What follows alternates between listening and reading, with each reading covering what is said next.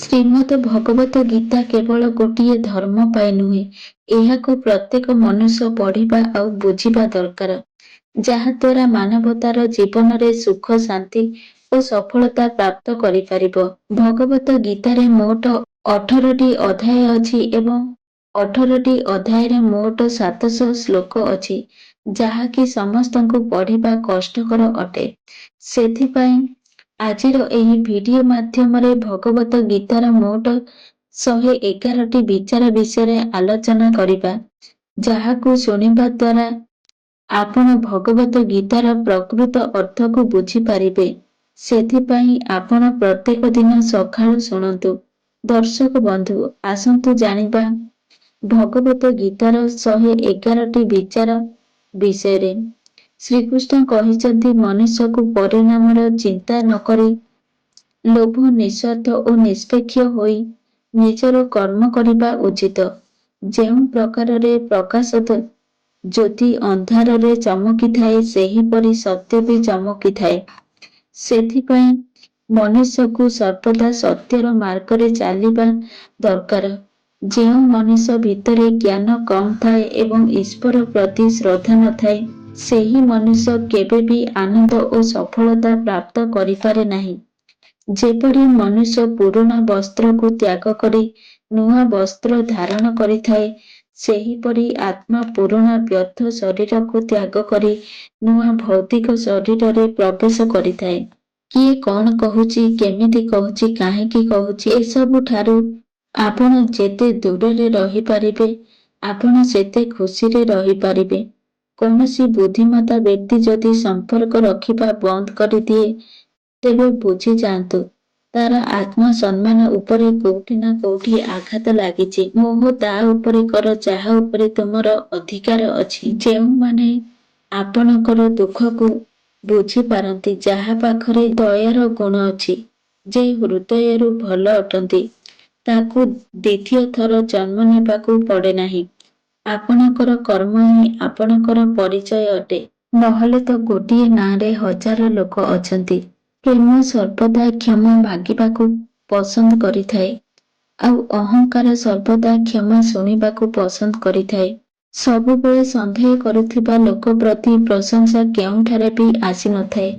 କର୍ମ ଏମିତି ଏକ ଫସଲ ଅଟେ, ଯାହାକୁ କାଟିବାକୁ ପଡ଼ିଥାଏ।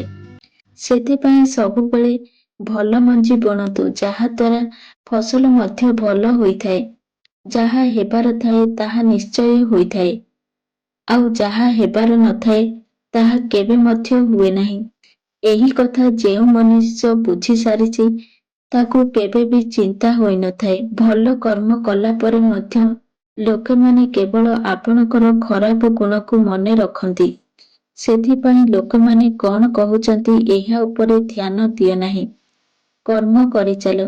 ଯେତେ ପାରିବ ଚୁପ୍ ରହିବା ହିଁ ଭଲ ଅଟେ, କାହିଁକି ନା ସବୁଠାରୁ ବେଶି ଭୁଲ ମଣିଷ ତାର ଜିଭ ଦ୍ୱାରା କରିଥାଏ।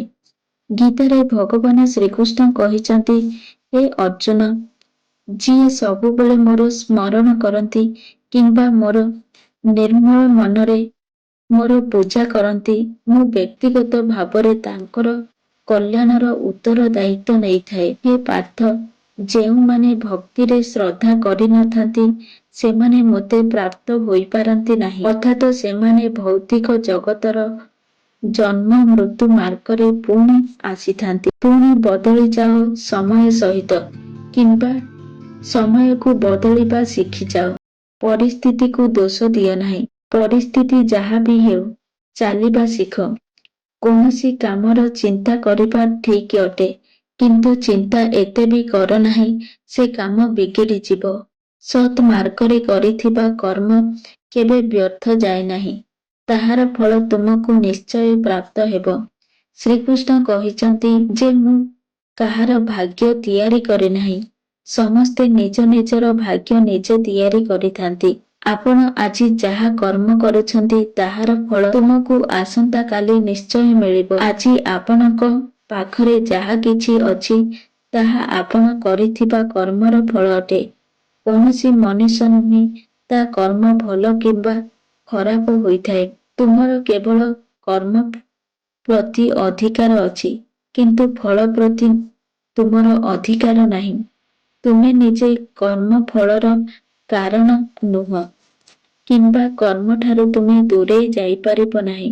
ଠିକ୍ କର୍ମ ତାହା ହୋଇଥାଏ ଯାହାର ଉଦ୍ଦେଶ୍ୟ ମିଥ୍ୟା ହୋଇନଥାଏ। ସଂସାରରେ କୌଣସି ମନୁଷ୍ୟ ସର୍ବଗୁଣ ସମ୍ପୂର୍ଣ୍ଣ ହୋଇନଥାଏ। ସେଥିପାଇଁ କିଛି ଭୁଲକୁ ଅଣଦେଖା କରି ସମ୍ପର୍କକୁ ବଞ୍ଚାଇ ରଖନ୍ତୁ। କାହାର ଜୀବନକୁ ନକଲ କରି ବଞ୍ଚିବା ଅପେକ୍ଷା ଆପଣ ନିଜର ପୂର୍ଣ୍ଣ ରୂପରେ ଚିହ୍ନି ବଞ୍ଚିବା ବହୁତ ଭଲ ଅଟେ। ଯେତେବେଳେ ଭବିଷ୍ୟତ ଅନ୍ଧକାର ଦେଖାଯାଏ ସେତେବେଳେ ବର୍ତ୍ତମାନରେ ବଞ୍ଚିବା ହିଁ ଶ୍ରେୟସ୍କର ଅଟେ। ଚେଷ୍ଟା ଜାରି ରଖନ୍ତୁ, ସମାଧାନ ନିଶ୍ଚୟ ଦେଖାଯିବ।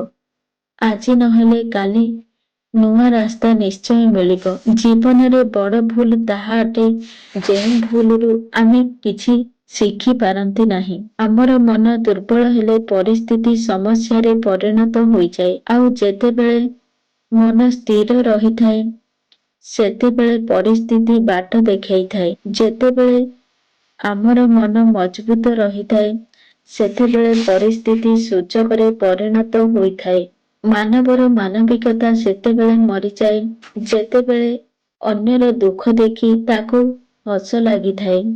ହେ ଭାରତବର୍ଷୀ, ଶରୀରରେ ରହୁଥିବା ଆତ୍ମାକୁ କେବେ ବଦ୍ଧ କରାଯାଇ ନଥାଏ। ଅର୍ଥାତ୍ ତୁମେ କୌଣସି ଜୀବ ପାଇଁ ଶୋକ କରିବା ଆବଶ୍ୟକ ନାହିଁ। ସମୟ ଏହା ଶିଖାଇଥାଏ କି ଜୀବନ କାହାର ଅପେକ୍ଷା କରେନି, ନା କାହା ପାଇଁ ଅଟକି ଯାଏ। ଜୀବନ ତାହା ଖେଳିଥାଏ ଯେଉଁ ଖେଳାଳି ଭଲ ଖେଳିଥାଏ। ପୀଡ଼ା ସମସ୍ତଙ୍କର ଏକା ଭଳି, କିନ୍ତୁ ଧୈର୍ଯ୍ୟ ସମସ୍ତଙ୍କର ଅଲଗା ଅଲଗା ଅଟେ। କେହି ହତାଶ ହୋଇ ହାରିଯାଏ ତ କେହି ସଂଘର୍ଷ କରି ତରିଯାଏ। ଯଦି ଆପଣ କରିଥିବା ଭୁଲରୁ କିଛି ଶିଖିପାରିଲେ ଏହି ଭୁଲ ଆପଣଙ୍କ ପାଇଁ ସିଡ଼ି ସଦୃଶ୍ୟ ଅଟେ। ଆଉ ନ ଶିଖି ପାରିଲେ ସେହି ଭୁଲ ଆପଣଙ୍କ ପାଇଁ ସମୁଦ୍ର ପରି ଅଟେ।